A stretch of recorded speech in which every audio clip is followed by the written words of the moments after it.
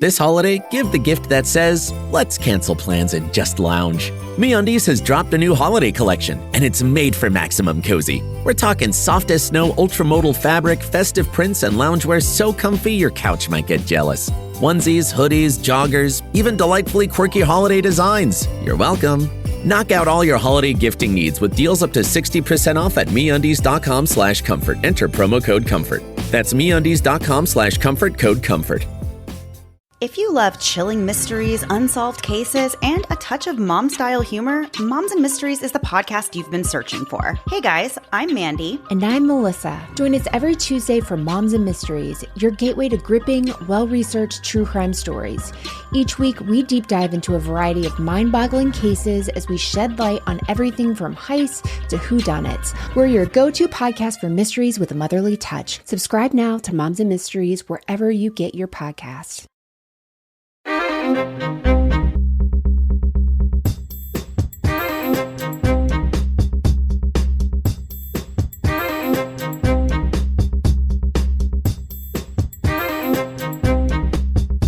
Hello, everybody, and welcome back to Small Town Murder Express. Yay and choo-choo. Oh, yay indeed, Jimmy. Yay indeed. My name is James Petrogallo. I'm here with my co-host.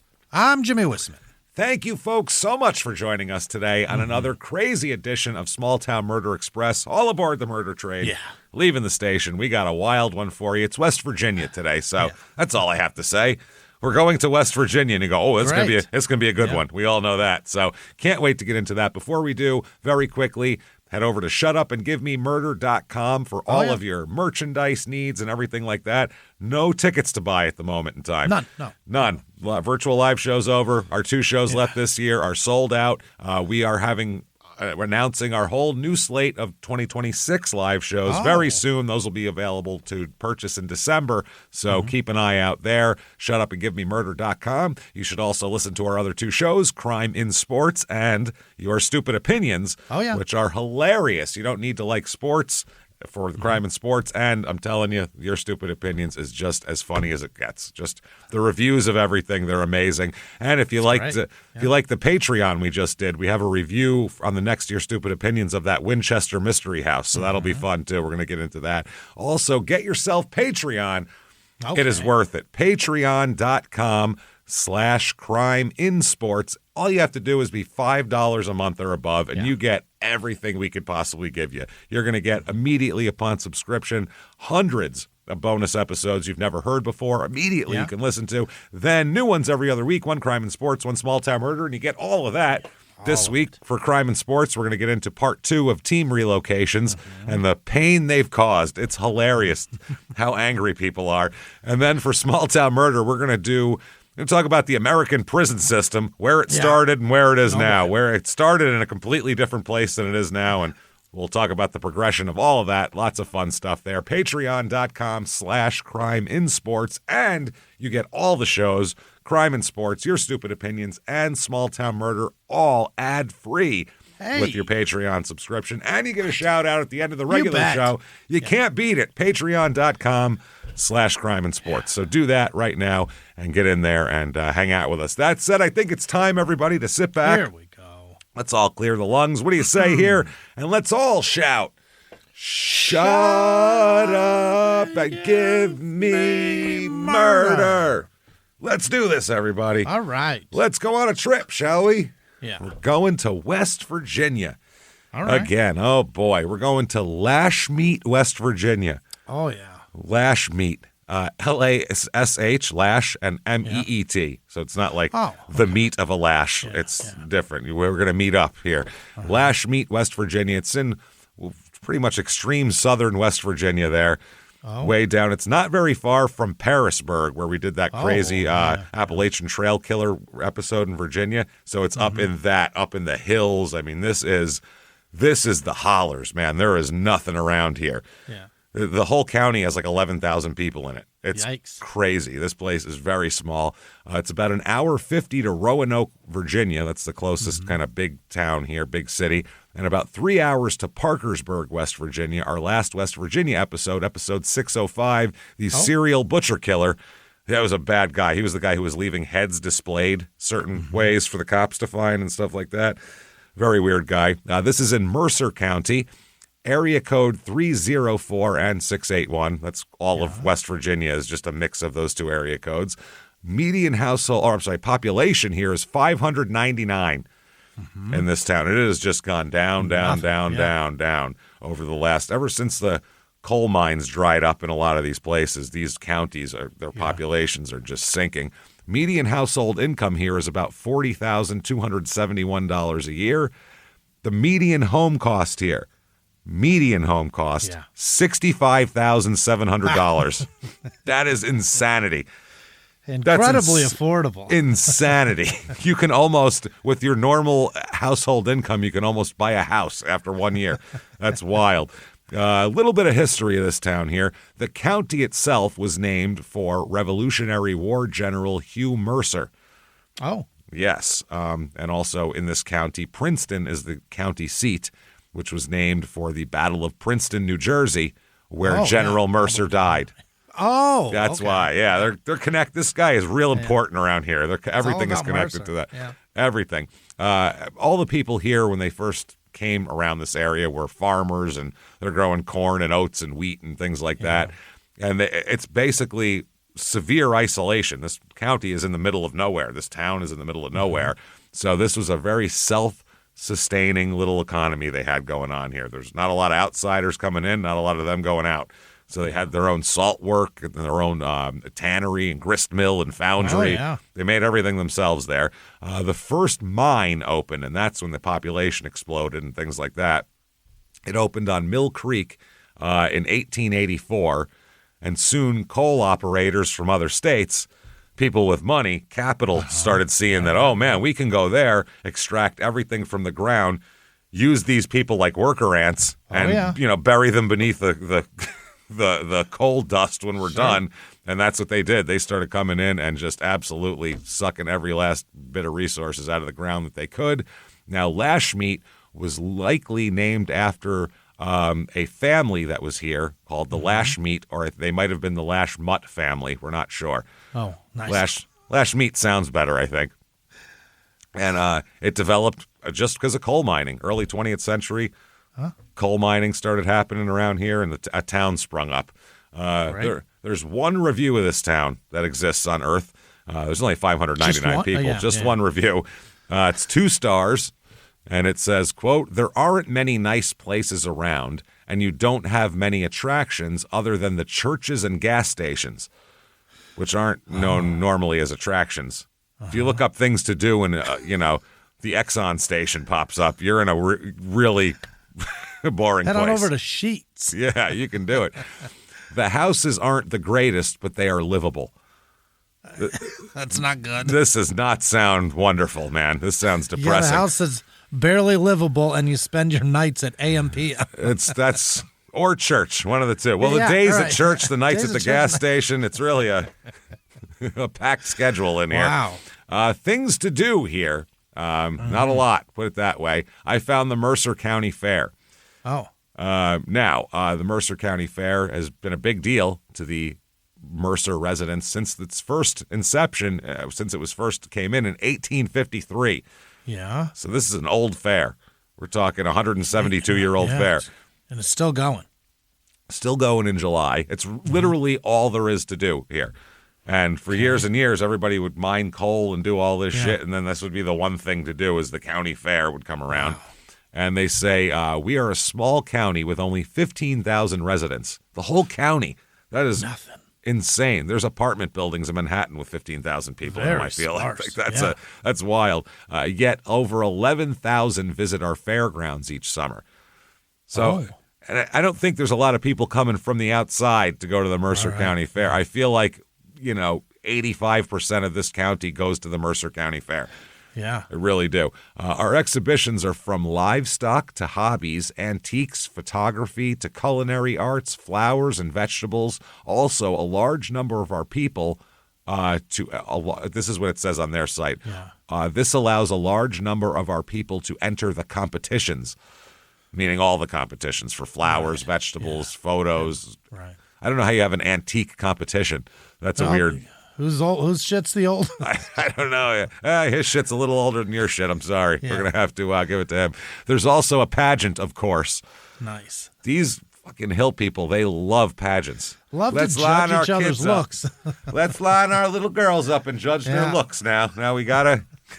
Gotta get them young while they still got all their teeth. Well, we got to find out who's going to be the local newscaster, the local anchor woman, because every 30 years we replace one of them, and she sits in there. They say this is the Queen pageant they have.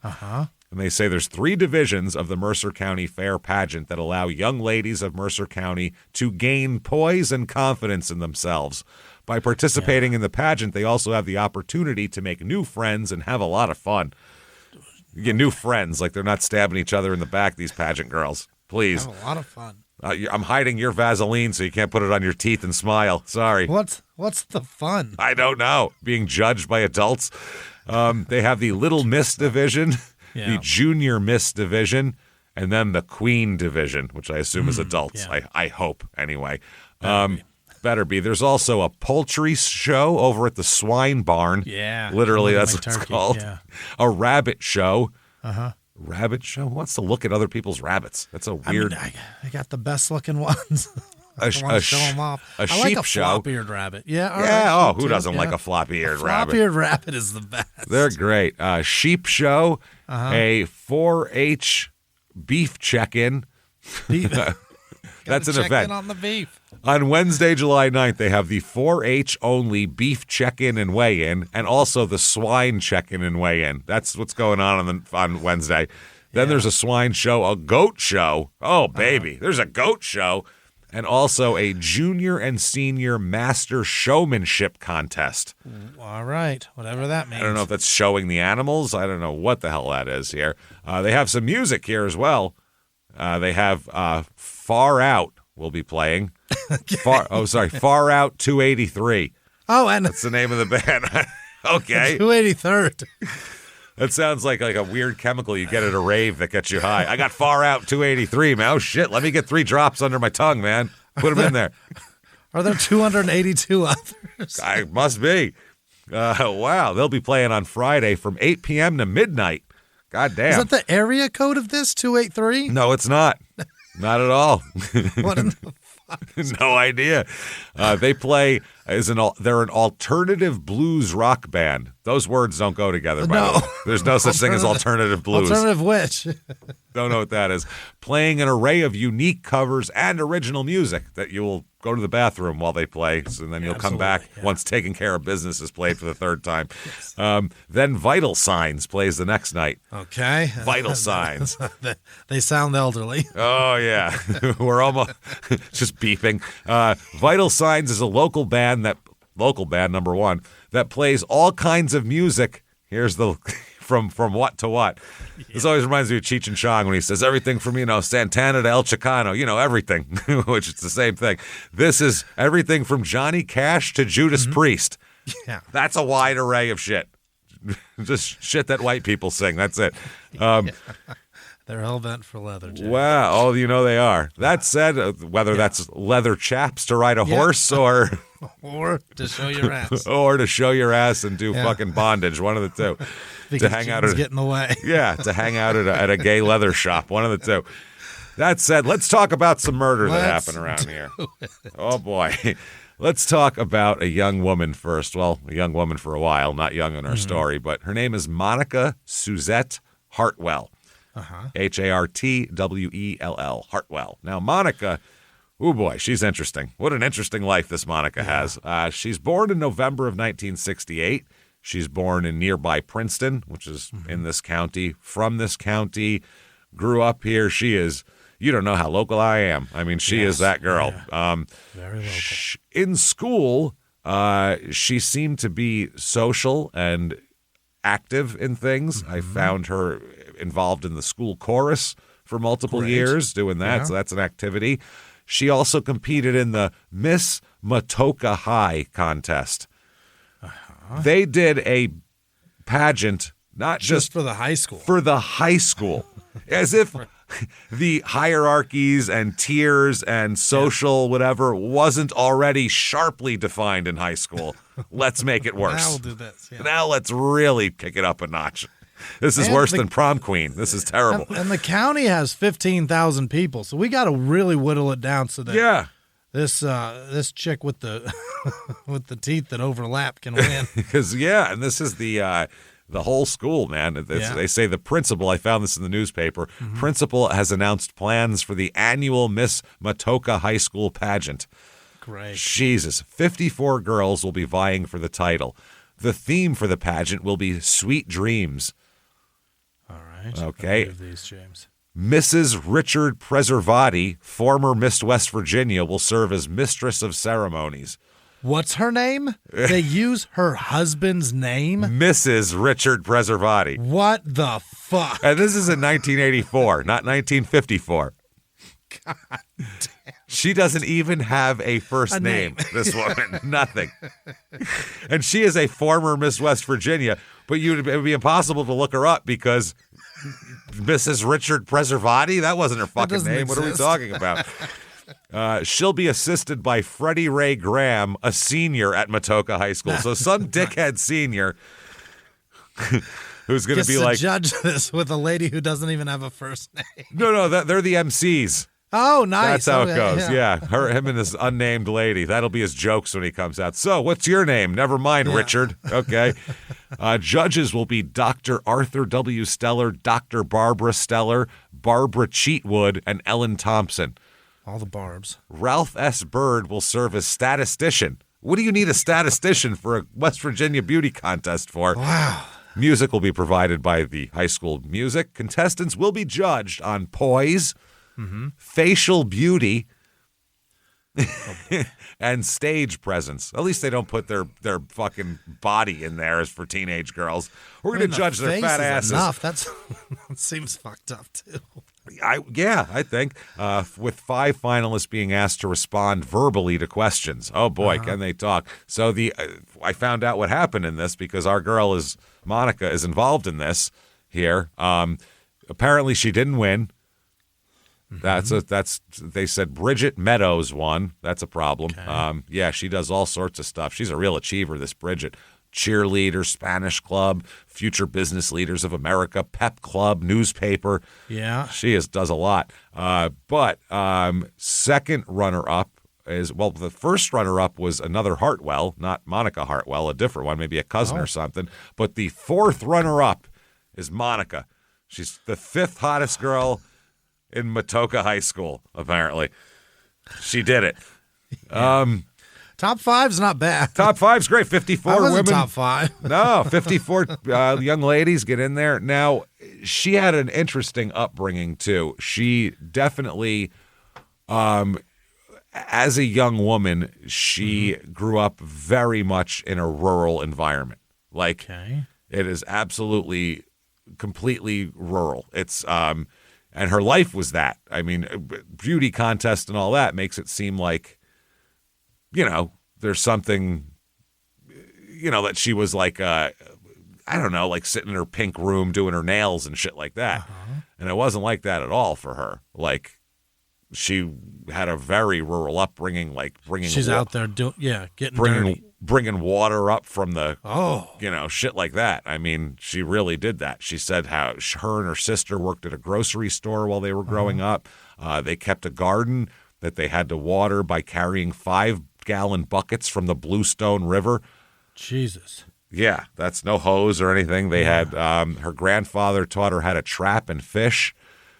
And her grandmother taught her how to cook and how to make dresses so she could be in more pageants.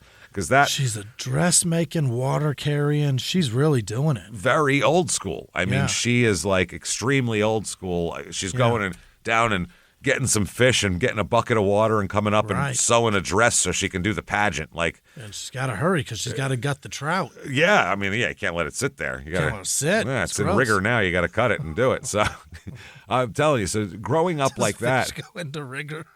Yeah, they do. Does it? Yeah. Yeah, they get stiff at first. They get too hard? Wow. They get stiff. You can see them twist with rigor, and then they relax again, just like people. I don't know. It's weird. So that's an interesting life. She's not any one She's thing. doing it, yeah. Not any one thing at all.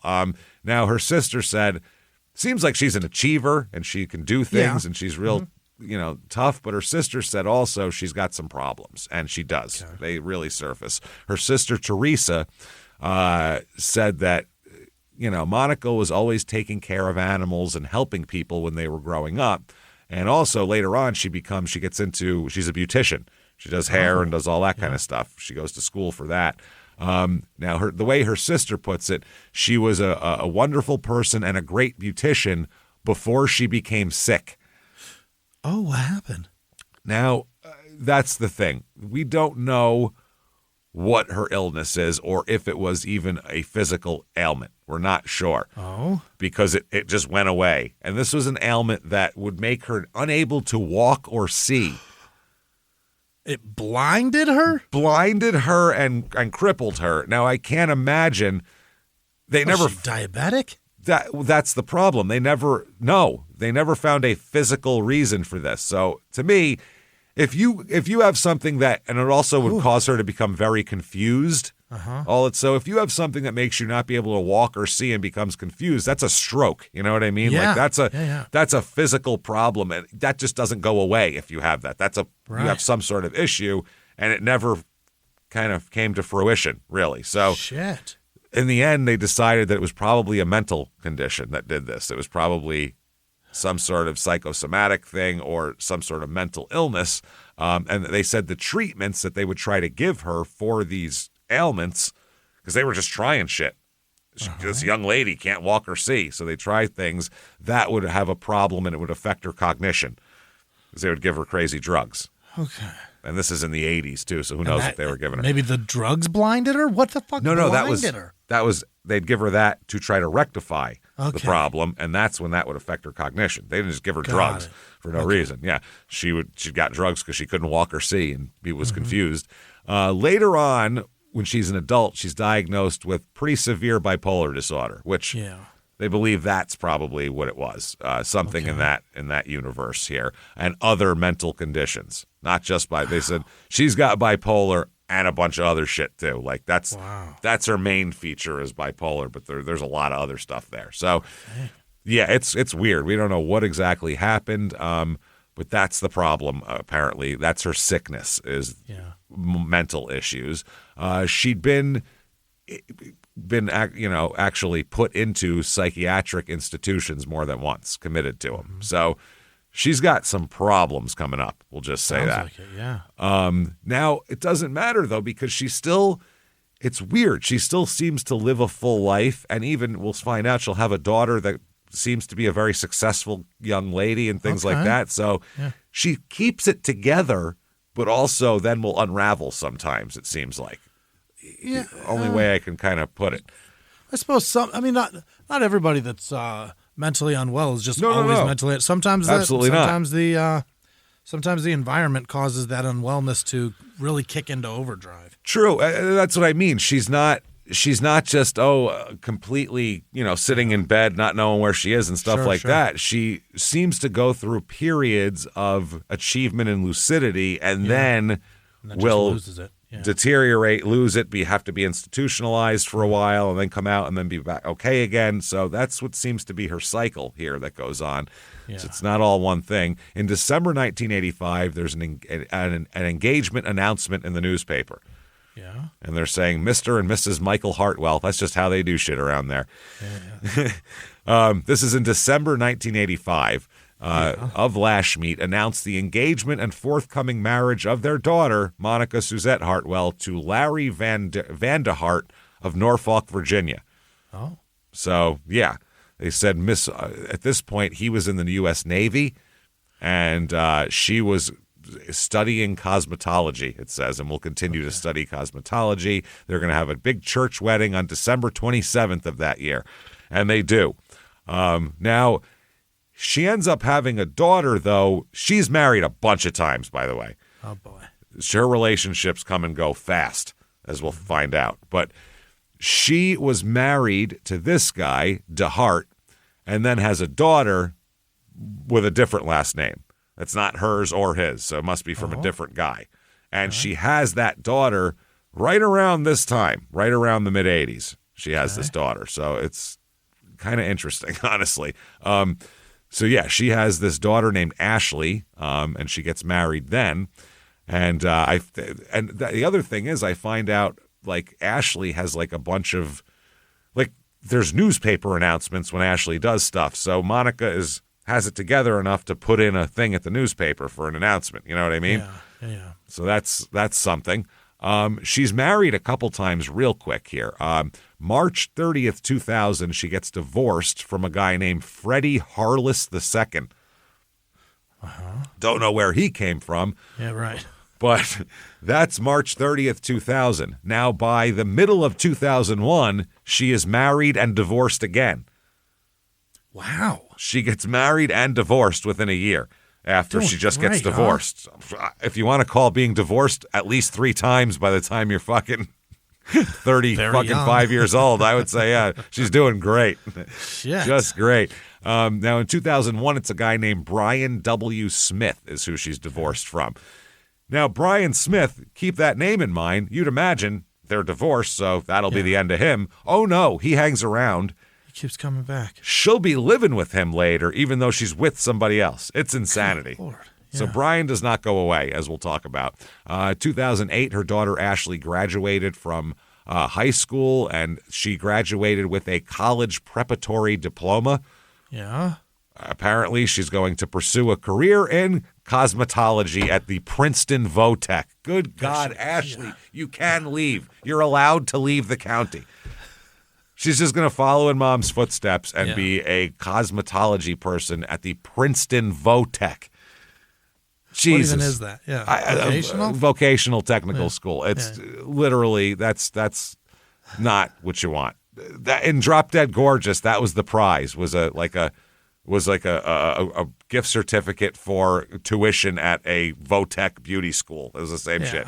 So Ashley gets married in 2009. So 2008, she's graduating. 2009, she's getting married, following 100% in Mom's footsteps when it comes to that. Marriage right after high school, cosmetology school at the Votech, everything. Jesus. She married a guy named J.P. Surface, just like a surface.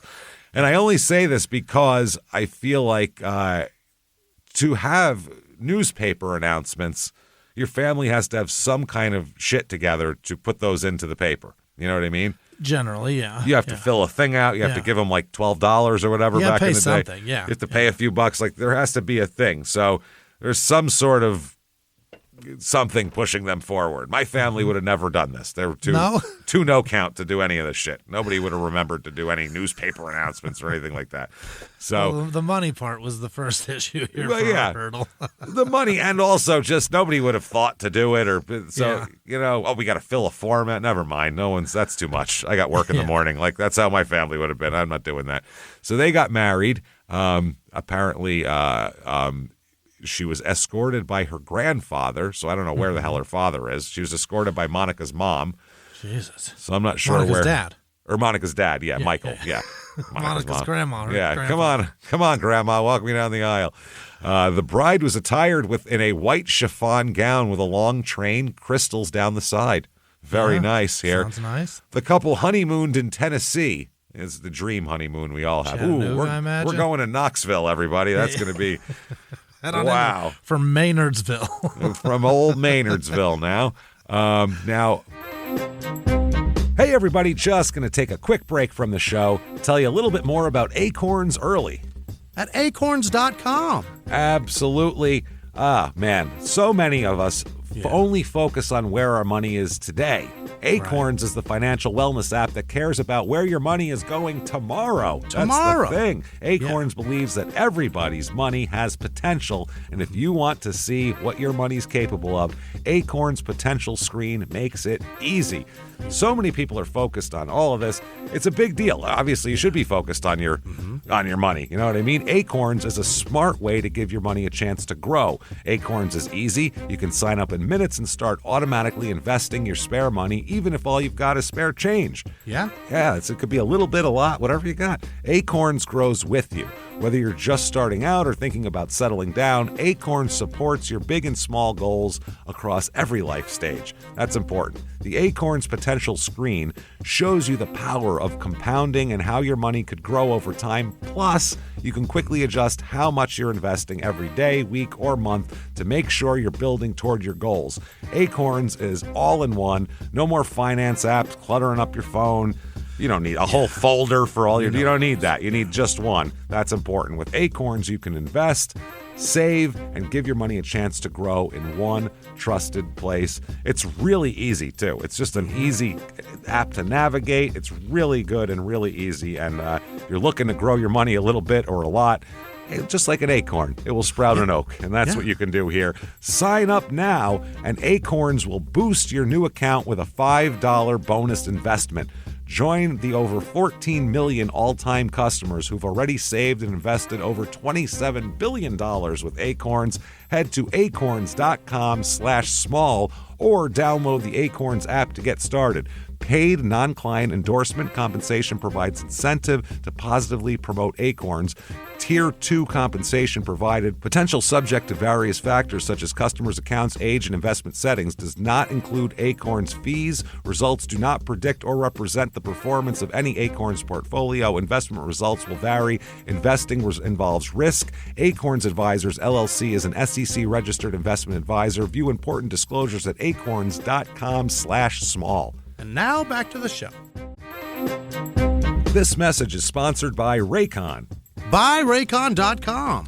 When we want you to buy Raycon.com because they are so good. These are great earbuds. Raycon's everyday earbuds have become a go-to gift for the holidays. They really are terrific for yourself, for a gift. They sound great. They last all day and then some with 32 hours of battery life and actually stay comfortable no matter how long you wear them. None of that weird pinched ear thing that you get going on. Over 4 million people already have a pair, so you might have been curious, and if you are, now is the time to buy them. For Black Friday and Cyber Monday, you can get up to 30% off all of Raycon products. Perfect for gifting or for keeping it for yourself, you know what I mean? Between you and me, you know, you don't have to tell anybody. It's all right. The Everyday Earbuds Classic are loaded with upgrades, active noise cancellation, multi-point connectivity. That is so cool. You can pair two devices at once on there. Excellent. And an ergonomic fit that actually stays put no matter what you're doing. I have searched for years for earbuds that don't fall out of my ears and into the toilet bowl. And Raycon finally has delivered this for me. I love these things so much. They have new colors, too, that are really, really cool. Yeah. I like the mint green one, or cool mint it is. That's what it's called. They're green. They're cool. They have the blush violet. Bunch of new colors. Really cool. That way they feel less like just earbuds and more like you're putting yourself together, like a whole part of your vibe that you got going on here. Lots of great features. Quick charge means 10 minutes of charging gives you 90 minutes of playtime. Up to 32 hours of battery life with the case. This cool awareness mode so you can walk the dog and not get hit by a car because you still hear things that are going on around you while hearing the great quality from your earbuds as well. They're excellent. Plus, over 3 million customers already love Raycons, and they come with a 30-day happiness guarantee. So if you don't love them, returns are easy. You have nothing to lose except uncomfortable earbuds that don't work right and fall out of your ears. Lose those, get yourself Raycons. Raycon's going big for Black Friday and Cyber Monday. Everything is up to 30% off. Just click the link in the description or go to buyraycon.com/smalltownmurder to save on Raycon audio products site-wide. Now back to the show. Monica, as this goes on into the 2010s, Monica has a longtime boyfriend. Yeah. I'm shocked that she didn't marry him because she marries everybody else. But this is Michael Walker. He's about the same age as her, born about 10 years older. I'm sorry, born in 1958 as opposed to 68 for her. Right. Now, birds of a feather here because we know that Monica has quite a few psychological problems, obviously, and no judgment, just it's a fact. Right. Michael has at least as much or more psychological issues than Monica. Yeah. So that is bad when you get those people together. Yeah. And for a bipolar person, too, to to be very into a relationship to the point where you get married quickly and then end up divorced pretty quickly is kind of that's kind of standard shit for like, especially for an unmedicated person who's got bipolar. That's a thing. It's the ups and downs and ebbs and flows here. So Michael Walker has what's called unspecified mental health issues. What does that mean? So many you can't even put a finger on it. Because you would say... He's got the rare ones. We don't know what they are. We don't even know what they are. You'd say unspecified, you think undiagnosed. Yeah. But that's not the case because they've looked him over. They just can't figure it out. He is hospitalized, quote, several times a year.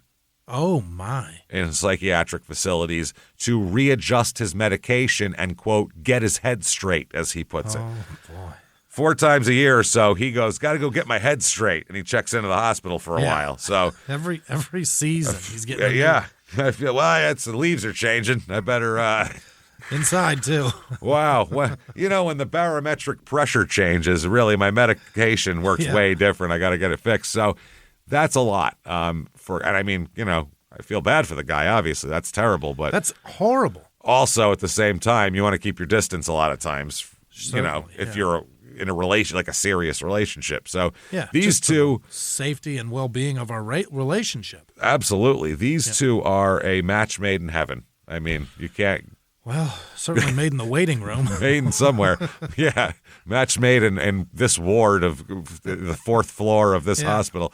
So by 2020, they're living together, Monica and Michael. Yeah. Okay.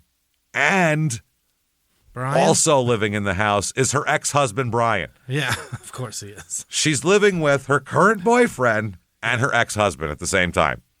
Wow. Now, the ex-husband, from what I understand, Craig is a next-door neighbor we're going to talk about, but Brian Smith, he doesn't have any, mental issues that we know about. He doesn't, hasn't been to a hospital, doesn't have bipolar disorder or anything like that. So imagine if you're him, you're living with your ex-wife, who I'm sure he calls her fucking crazy all the time and to his friends and this crazy fucking bitch, Jesus Christ, and her crazy goddamn new boyfriend. Right. So he's living with them. How shitty is this guy's life? Imagine living with your ex and her new fucking boyfriend. Hey, just imagine that, number one. If they're the sanest. Oh, boy. If they're as sane as a fucking, whatever, imagine that, the if you can have a healthy relationship ever. with you, how can you do that? I don't know how you can do that. No, you can't. That's what I mean. Nothing about this is healthy. That's impossible. This is some West Virginia hill shit right here. There's no amicable separation that makes being with your ex and her new to healthy. That's not healthy. I have never. That's aggressively amicable. I've never been that amicable with anybody where I'm like, you know what? I've never been that amicable with somebody I was in a relationship. That's what I mean. That is extra amicable right there. It's amicable plus. That's too much. So that's a wild living arrangement. Actively put my penis inside. I was never that amicable. Never that amicable. And they're living in a small trailer. So you're hearing shit like this. This is not a palace. No. That's what I mean. It's not, I'll live in the East Wing and you guys are in the West. It's not that. We're talking, they're sharing 700 square feet probably, these people. So this is terrifying. Now, July 26th, 2020 comes around. Mm-hmm. Okay. Now, we were all going a little crazy there in 2020 and losing our minds a bit. Yeah. No, it was a tough mental time for everybody. But this day, apparently, old Michael Walker is having way more of a breakdown than most people. Yeah. Apparently, all day, according to everyone around, his neighbors and Craig and everybody, or not Craig, I keep calling him Craig, Brian, damn it, the ex-husband. Michael has been, quote, loudly spouting gibberish all day. Gibberish. I love the word gibberish, number one. That's so good. Yeah. That is great. Hunter Thompson used to use the word gibberish all the time, and it was always the perfect way of use. And Blazing Saddles, authentic frontier gibberish. It's always a great word. So, including claims, he's spouting general gibberish of blah, blah, blah, blah, blah, whatever. But the main thing that strikes people's attention, because this is normal for him to have a gibberish breakdown, is on this particular day, he is claiming to be variously, different times, either God or Jesus. One of the two. Okay, but, one of the two. A deity. Yeah. A deity of some kind. The Father, the Son, one day he's the Holy Ghost. He doesn't care. He's just whatever comes up. So he is out. Him and Monica are on the front porch of their home while he is shouting, apparently loudly spouting gibberish, as the neighbors put it, about I'm Jesus Christ and I'm God and all this type of shit. Now, at the same time that might have contributed to this, Monica and Michael have been drinking all day as well. Uh-huh. So it's like the afternoon. They've been drinking since the a.m. They're taking antipsychotics while drinking. We don't know if they're taking meds. That's the other thing. We don't know if they're actively taking their meds. They're probably prescribed them. Another thing, bipolar, and this is very common for bipolar people, they don't like to take their meds. They don't like it. They like the highs because that feels good. Yeah. A manic phase is fucking great. Yeah, manic phase feels amazing. You feel like it's like being on coke because you feel like you can do anything. You can't, but you feel like you can. You get a lot done. Yeah, you feel like, I could figure this out. What, peace in the Middle East? Let me sit down with it for a minute. I think I can figure this out. Literally, that's what you think if you're in a manic phase, and then the depressive phase comes on. It's not that much, but so they don't generally. A lot of them don't enjoy taking medicine, so sometimes they'll go off meds, and we don't know if they are on meds, off meds. They're in a fucking West Virginia trailer. All bets are off. Who knows? Yeah, and even if you're on antipsychotics, just being in a West Virginia trailer might make you psychotic anyway. That could do it right there, and especially it might drinking. Override the drugs, yeah, and then if you are taking the drugs, drinking I don't think goes with them at all. No, that's not any good. of these drugs, and if you're not taking your drugs, just drinking is just going to exacerbate any mental illness you have. So it's not good. So they're both drinking, and he's talking about being Jesus and God, and talking about the Holy Spirit from time to time, literally, and doing all this. Now, the ex-husband, Brian, he's in the – imagine this. They're shit-faced, yelling at each other on the front porch, arguing about who's Jesus and who's God. Nobody's on meds. Everybody's drinking. And this guy's like, I'm going to try to stay in the back of the house. He literally is like, I'm going to avoid the situation. So he says he was in the yard in the back, either doing some yard work or sunbathing. We don't know which one. One of the two, yeah. But either way, he said it's an effort to put distance between himself and Michael Walker's ranting, deity-filled monologues. He does not want any part of that shit. Yeah. So, and also, Monica's up there arguing with him, and they're both drunk. So let's stay back here. Now, the next-door neighbors here, Craig Young and Teresa Horn, are young fiancés. They're getting married soon. They're engaged. Sure. Teresa and Craig were doing a woodworking project in their driveway, which is about 10 feet from the front porch. What are they woodworking? They're cutting trim. They're cutting trim into pieces to do something to redo the inside of the house. Yep. Maybe baseboards, maybe ceiling things. Yeah. Who knows? Maybe they're spelling their name out. We don't Just know. Some wainscoting. We're not sure. Either way, where they're working in their driveway is about 10 feet from the front porch.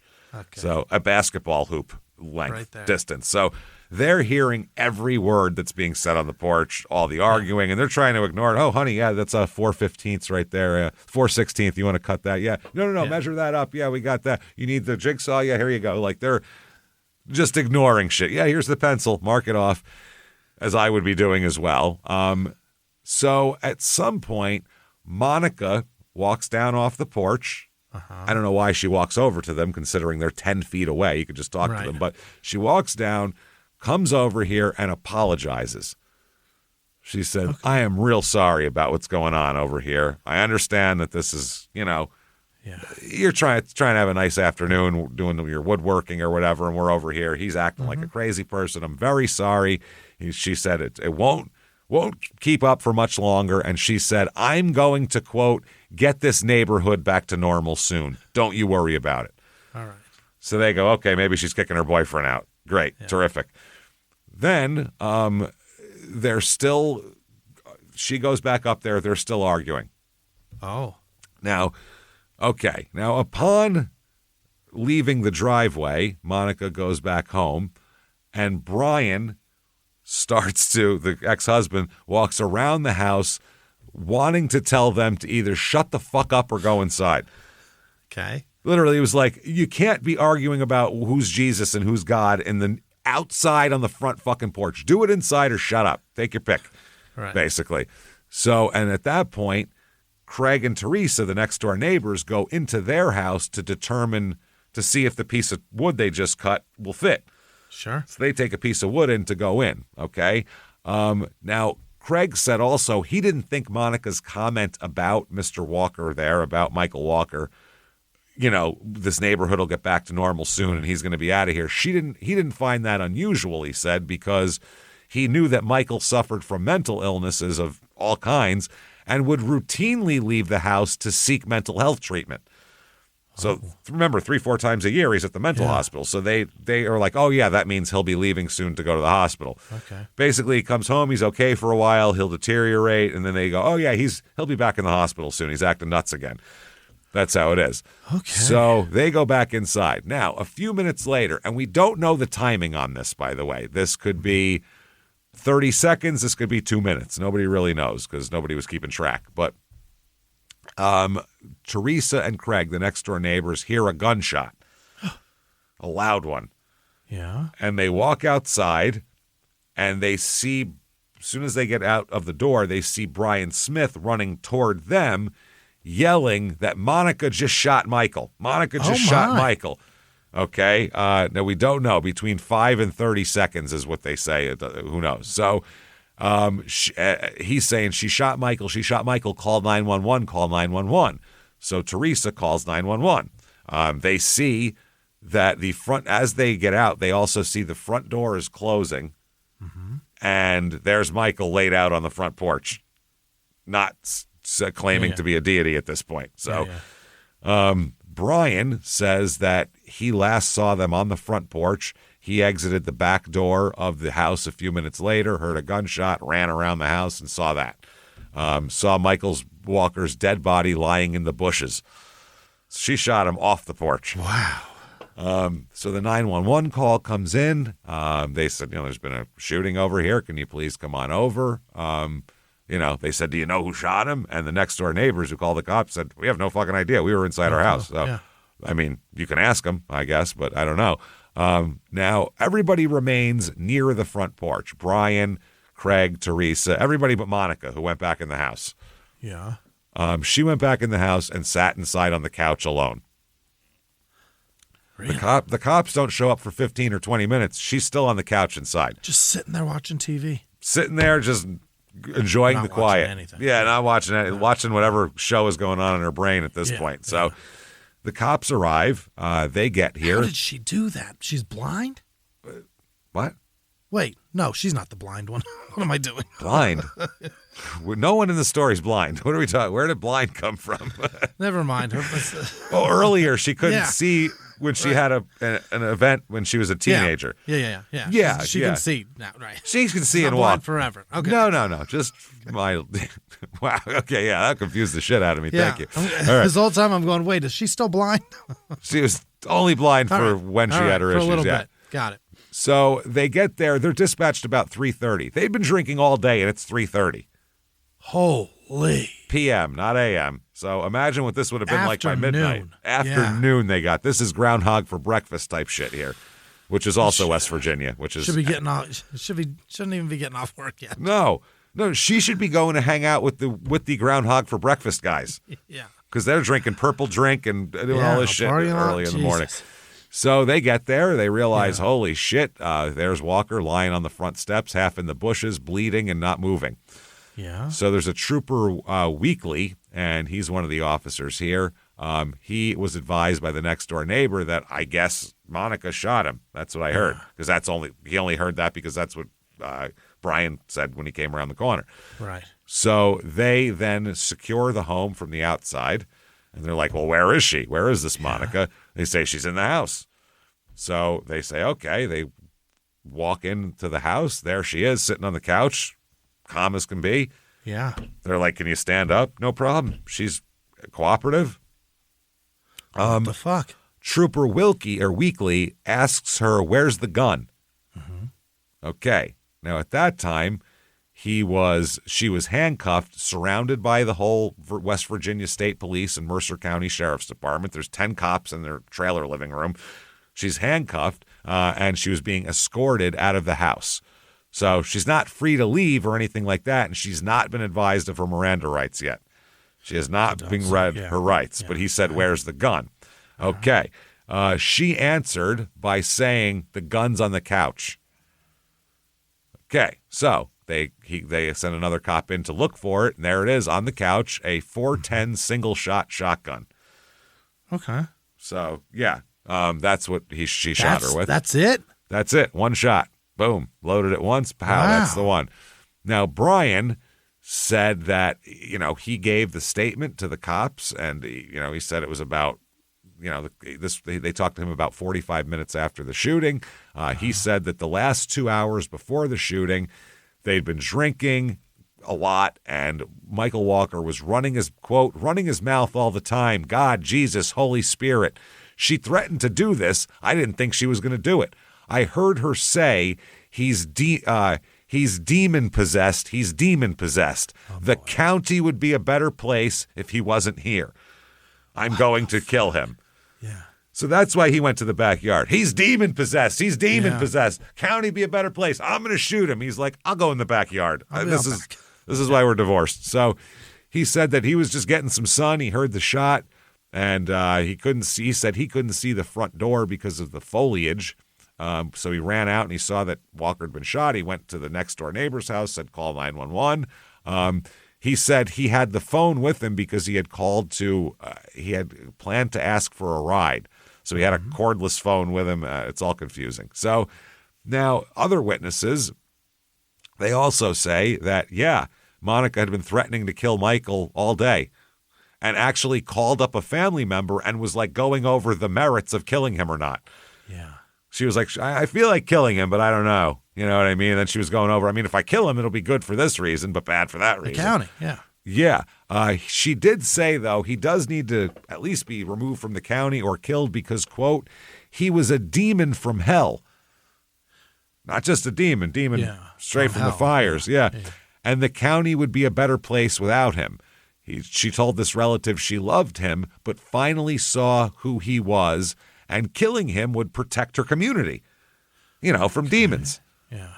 The one cop said after hearing all of this, quote, this murder seems to be pretty cut and dry, but we still have a lot of work to do on it, they said. So is she going to talk? Seems like she'd have a lot to say.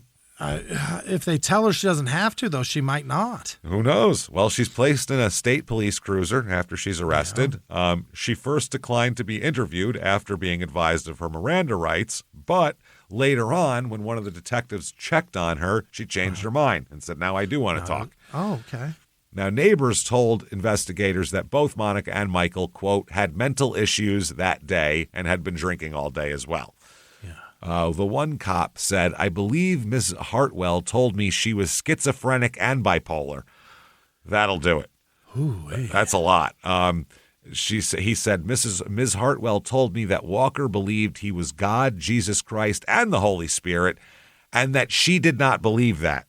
Well, obviously, she's being, she's logical. That's what it is. Yeah. And until the next sentence, which is, quote, she believed he was possessed by a demon instead. Yeah. So, it's something. It's some kind of entity. We're not sure where it's from, but it's something. So is she competent? That's the question. That's the other thing. Can she be? A big deal here. So the prosecuting attorney right away told the court during the first preliminaries that Monica was currently competent to stand, or he did not think she was currently competent to stand trial. That's the prosecutor. I think she needs some work before we put her on trial. She's a little wacky. Hartwell's attorney, Ryan Flanagan, said his client had been, quote, in and out of competency, which means not competent.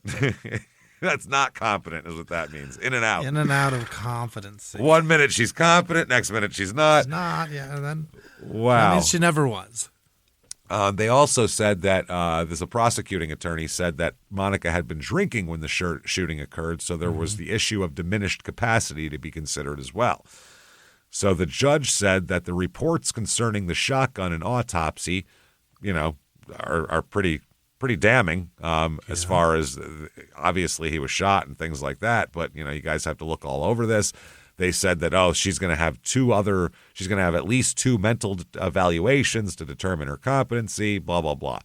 In jail, she attempts to commit suicide, by the way, which is not surprising. Of course. I mean, she's in jail, she's mentally ill. Who knows if she's getting any meds? Good, yeah. We don't know. So now the state's evidence at this point, it sounds pretty open and shut until you really look at it.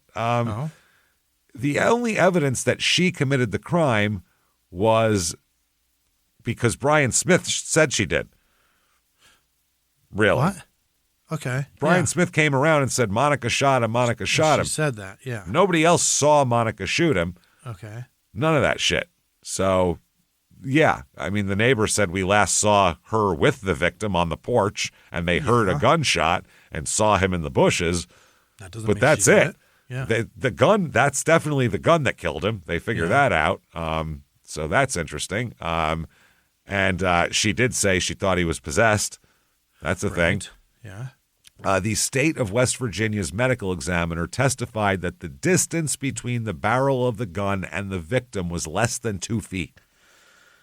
Okay, less than 2 feet with a shotgun.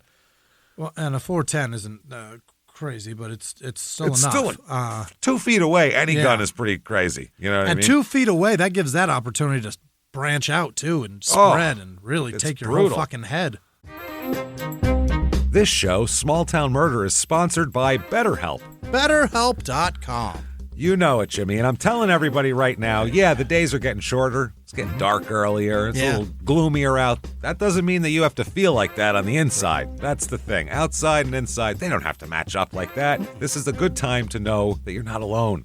Yeah. We all are. We all need to know that now, and so it's tough. So this November, BetterHelp is encouraging everyone to reach out, check in on your friends, reconnect with the loved ones, and remind people in your life that you're there. It's helpful just to know somebody's there, and you'll be happy that they're there as well. It's a nice thing to do, and it helps out a lot, and you'll end up saying, why didn't I do this sooner? I should have done this earlier.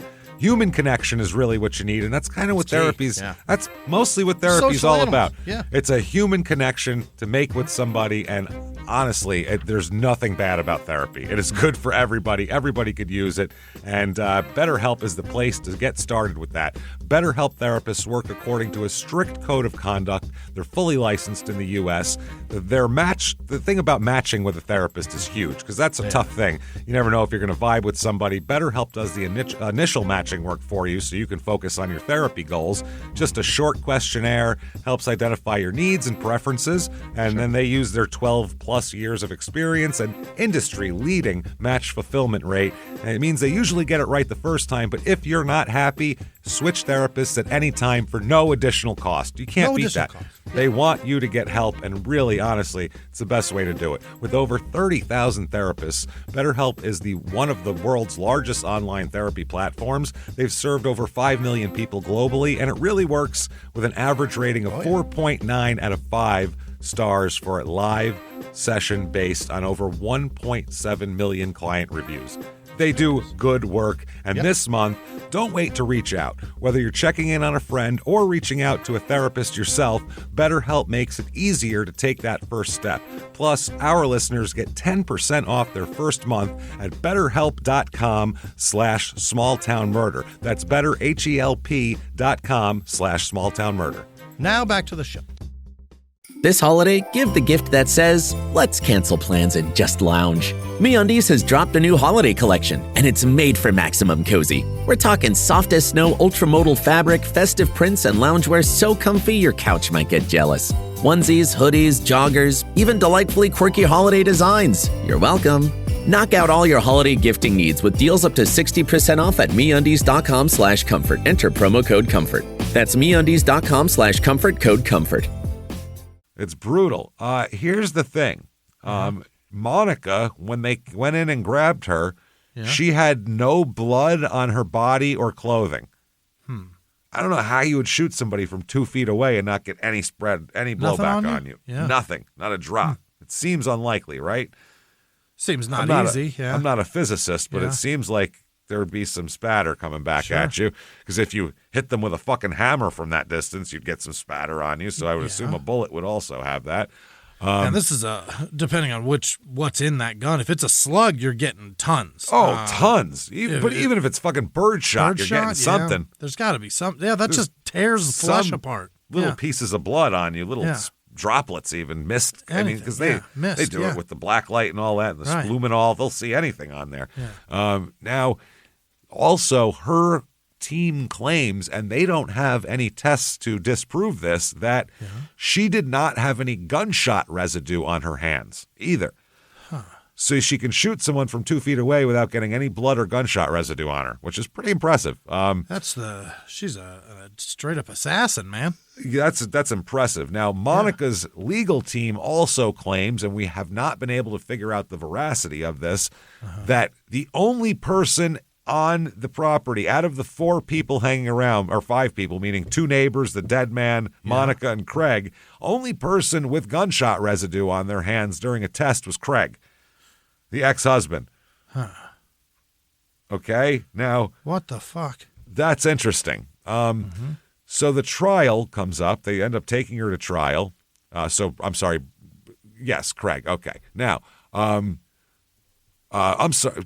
Brian, not Craig. What am I talking about? Brian, the ex-husband. I keep calling him Craig. Brian is the one with gunshot residue on his hands, not Craig. Craig's the neighbor. He's making wood shit. He has no gunshot residue. Yeah. So the neighbor testifies. This is the actual neighbor, Craig. He testifies at trial. I was just cutting wood, man. I don't know. I don't know what the fuck happened. We were sitting and talking. They were talking loud, blah, blah, blah, blah, blah. He said on the stand that, Monica was talking about demons and that Walker would be leaving soon. And the neighbor said that she usually spoke like this before Walker would go to the hospital. Michael would sign himself into a psychiatric institution every few months. And the lawyer asked him on the stand, and he was talking out of his head, which is a very weird legal thing. And he said, so he was talking out of his head, and Craig said very badly, out of his mind. So Craig also said that he spoke with Walker that day and advised him you should go back to the hospital. Hey, man, you just said you're the Holy Spirit. Maybe it's time to check back into the hospital. What do you say, buddy? He said whenever he was talking to himself on the steps, it literally seemed like 2 or 3 voices were coming out of him, which is scary. Yeah. He said, adding that at one point he thought that Monica was with Michael, but Michael was talking to himself, actually. He thought that there was a conversation between multiple people, and it was just Michael with different voices coming out of his head. Wild. So he's either, the guy from fucking Police Academy, whose name coincidentally is also Michael. Michael W., as a matter of fact, too. Michael Winslow. Yeah. That's pretty impressive. Or he's this. Now, Brian Smith here, the defense attorney asked Smith, did you shoot Michael Walker? Did you? And he said, I did not shoot Michael Walker. No, not the shooter. Okay. So that's what we have. They're saying you don't have any proof that she shot him other than this cop saying, where's the gun? And she pointed it out. Yeah. So in closing, the prosecution here, they're asking the jurors, look at all the evidence, use your common sense. He said immediately after the shot, where was Monica? What did she do? Where was she at? It was a small house. She had to have heard the shot. She stayed in the house while everybody in the neighborhood was outside. She knew what happened, which is a fair statement. Sure. Everybody else ran over there. There's cops and everything. She just sits on the couch. That seems weird. Also, Monica told the troopers where to find the shotgun. And, so there you go. And she can blame Brian Smith all she wants, but his account of the shooting has stayed consistent from the second we started, and we don't know what's up with her. Now, the defense said that, they also said, by the way, the prosecution said that Brian Smith could not have fired the shotgun, put it in the house, then run back outside so quickly, and then around the house to come out and say, hey, they shot him. Craig, the next door neighbor, said that he was in his house when the shot was fired and was outside talking to Brian within 30 seconds. But again, it's a small house. You could easily drop the shotgun off, go out the back door, run around the side, and come out in 30 seconds. Yeah. You could do that. That's very possible. Now, the defense in their closing said there's no credible evidence showing that Monica committed the crime. There's no credible witnesses, no fingerprints on the shotgun. Wow. No fingerprints on the shotgun, no blood on her clothing, no gunshot residue on her hands. Okay, if they figure this out, that is very impressive. That is wild. He said there's reasonable doubt that she was the one that shot Michael and that it's possible that Brian Smith is the shooter. She said, ladies and gentlemen, we just talked to you and told you that there's no evidence. At the very least, it's reasonable doubt.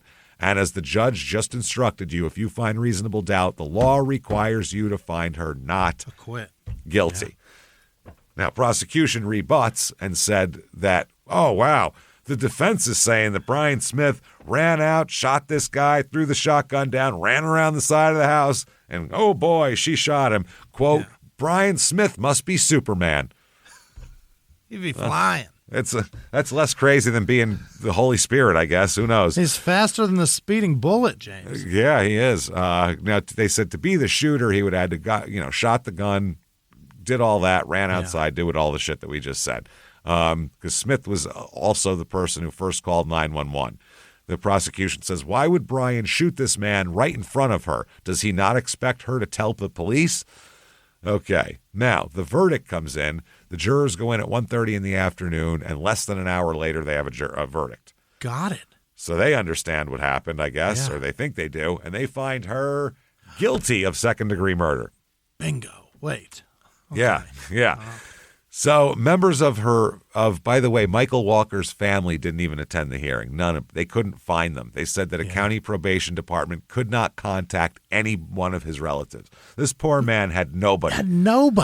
He literally had nobody that would come watch his murder trial. That's unbelievable. That's sad, man. That's really sad. I feel bad for him. So the prosecution here, the prosecuting attorney, judge asked the prosecution if the state was taking any position about sentencing. And the state said that the court was aware of her admissions to law enforcement and psychiatrists and would leave the sentencing to the court, basically. We don't know what to do with her. She said, figure it out. The prosecution said, we believe she needs to be sentenced to the penitentiary and receive treatment there. As far as duration, we will leave that to the court. Usually they have a real good idea exactly how long they want somebody in there. So for this, they're like, we don't know what the fuck to do with this. You figure it out. This is on you. Her attorney filed motions for a new trial and all that kind of shit. He also told the court that Monica had been a productive member of society before she became ill, and that she has been battling mental illness her entire life. He asked the court to have a pre-sentencing evaluation on her mental condition. Monica's sister said, Teresa said, quote, Monica does not know how to load a shotgun and never had a shotgun. I do know my sister is a very loving person. And she also adds that this is a case where the mental health system has failed because... Failed completely. Two people. Both. Yes. Her and him. Monica stands up and reads a statement to the court. What is this gibberish? There you go. Thank you. I love it. Thank you for using it. She recalled her childhood as she worked at a grocery store and kept the garden and carried the 5-gallon buckets up from the river. How her grandfather taught her to fish and trap, and her grandmother taught her how to cook and make dresses, all the stuff we talked about. She brought all that up. Yeah, that was nice. As she read her statement, she said that Walker, she said she wasn't on her medication, and sometimes she wouldn't be because Michael Walker would hide her medication because he didn't want either of them to be on meds that day because he was going loopy. And she said she still does not remember what happened the day that he was shot. She said, I don't remember what happened. She asked the judge for mercy so she could be with her family. She said, quote, Your Honor, please have mercy on me. I pray you'll have mercy on me. She is begging to be let out of jail because she, quote unquote, doesn't remember?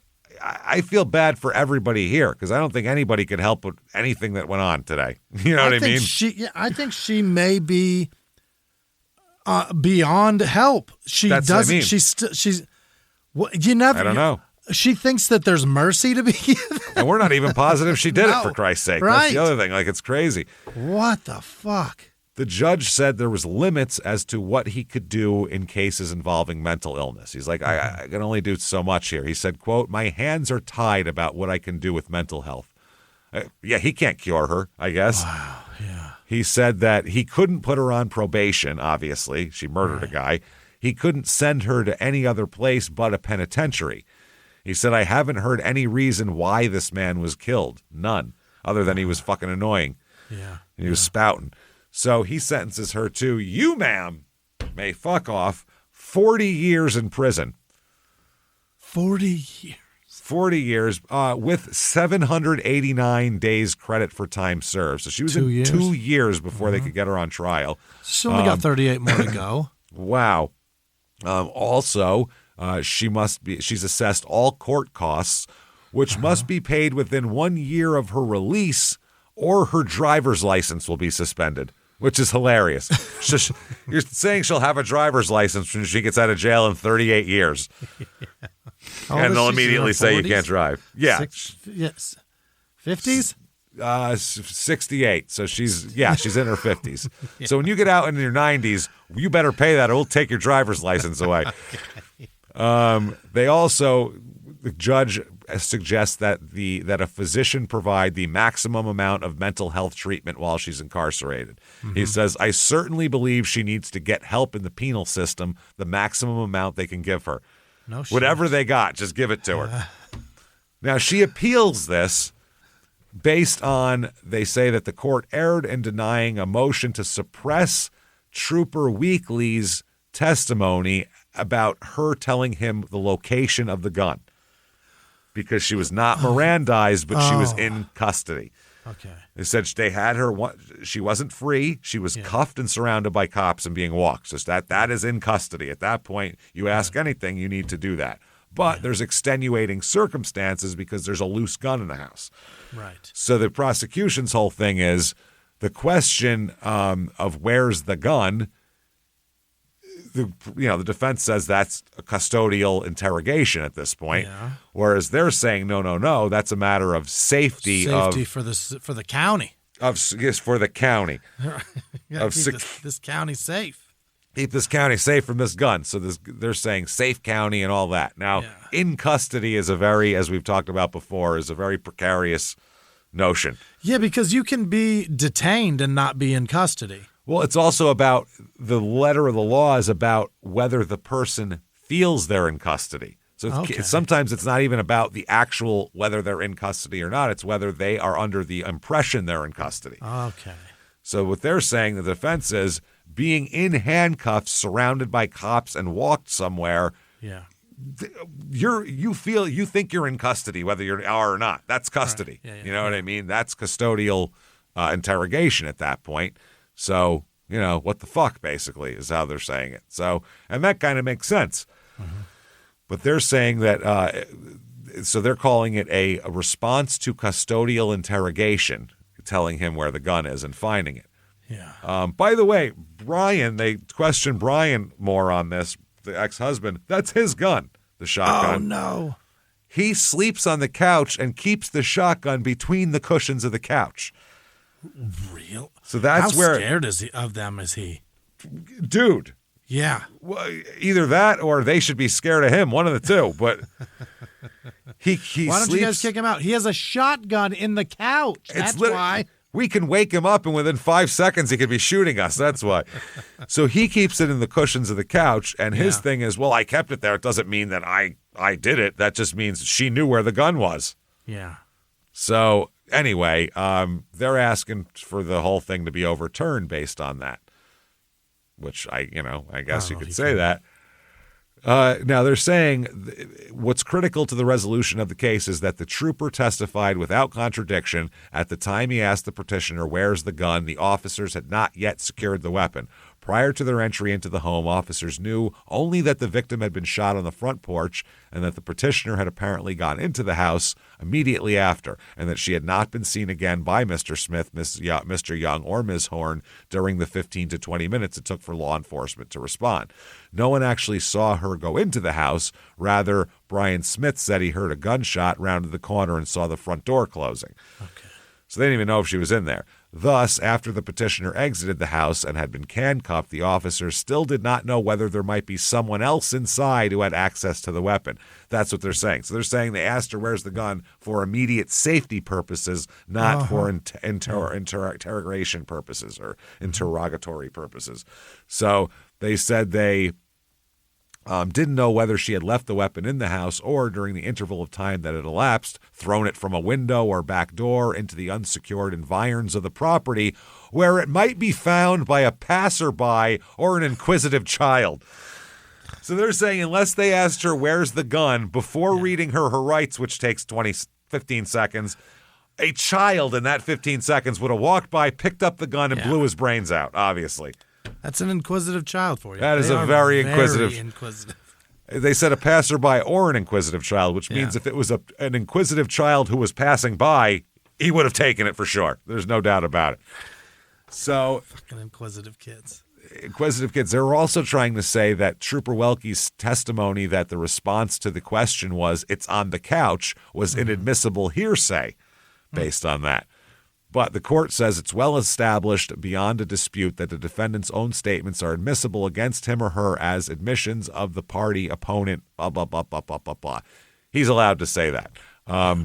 Now, she cites no rule or cases to the contrary, and thus we reject the hearsay argument, and they affirm the conviction. So it is affirmed. She's currently being housed at the LCC facility. Her ID number is 3654659. She looks like, from what it says here, her next parole hearing is in 2030. Wow. So that's only, wow. It's 4.5 years away. It's July of 2030. So that's amazing. Her projected release date is 2040, which I guess because it was 40 years, I don't know if it's an automatic, whatever. I don't know. They expect her to be released in 20, apparently. Wow. So there you go.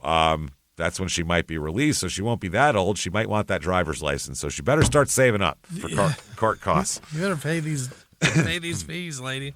Pay these fees and fines, and for that matter, court costs and meds. She's going to need too. Brian's never fucked with about this. Nope, they just said it's her. And that's that. So, oh my. We don't know what happened. I don't know if some dude pinned a fucking crime on a crazy lady. Yeah. Because she's too crazy to figure it out and was having a breakdown. Or if a crazy lady's so crazy blood doesn't even remember. Yeah. That's the other thing. Who the fuck knows? Yeah. Also, it's fucking rural West Virginia. So maybe these people didn't look too well. Yeah. I don't trust this investigation one fucking bit, to be honest with you. Who knows? So I don't trust much of this story, to be honest with you. Who knows? That's what I mean. I don't even know if she was ever blind. We don't even know if she could. Maybe she walked just fine back in the day. So, by the way, quick update, that Alaska case we did a couple weeks ago where we were waiting for the sentencing on Halloween night. Yeah. Moses Blanchard's sentencing was delayed. That's why it didn't come out. So it didn't come out till the next day. And also, and you know what else is delayed people need there to chill the fuck out. People in Alaska's understanding how little we give a fuck what you think. Dude, you went there to run away from society. Yeah. We don't care. Stay there. Fuck off. And also, your reactions to things on Facebook have not been fixed. No. And there's a man dead, and you're doing the same shit. To prove that you wouldn't do that. That was the wild part. Fucking idiots. It was insane. You burned a house down to prove that you don't like to play with matches. That's what you did. And it's crazy. That shit was nuts. There's a dead man who, by all intents and purposes, is fucking innocent. Wasn't convicted of anything. And you didn't like hearing about it. Nope. Thank God there's only 14 people in Alaska with Wi-Fi that can actually listen to the show. By the way. Fuck you all. And I did some research and looked back on it. By the way, there was a couple of things from like the 70s that the old man got arrested for indecent exposure one time and stuff like that. But I found nothing that he was like the town rapist or anything. So that was crazy. You can't hurt. That was wild.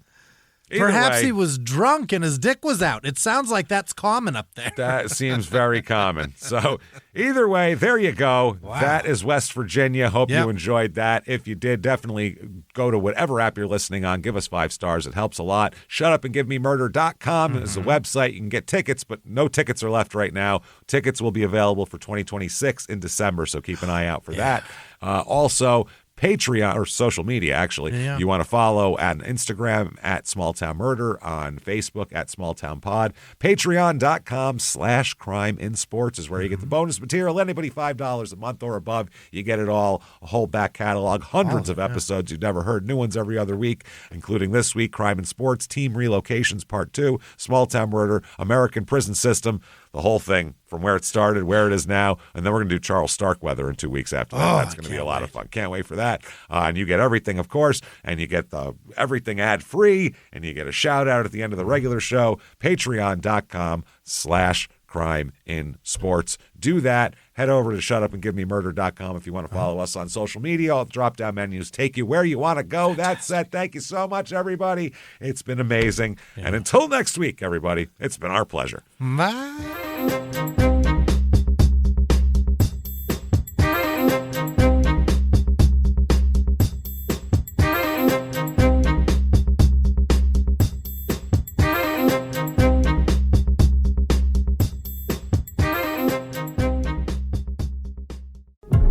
Welcome to Finally Caught, a true crime podcast from the hit North American and UK television series. I saw the one girl with her throat cut and her abdomen stabbed and slashed. It's a gruesome sight. Bloodstains on the bed, wall. This is just the beginning of the journey. Each episode details a horrific murder and subsequent investigation in order to capture the killer at large.